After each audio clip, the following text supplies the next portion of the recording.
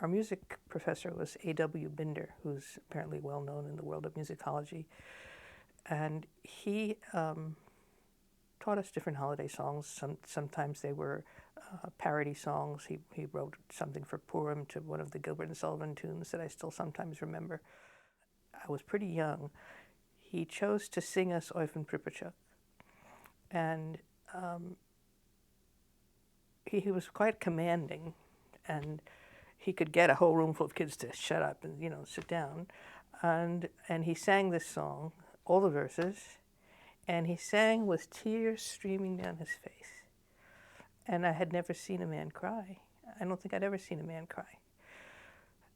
And I don't know how much I understood then and how much I, you know, because I learned the song later, whatever. But I grasped, maybe he translated it at the time, that from the letters I would gain strength. That things would happen, the world would change, but from the letters would remain. I really did hold on to that.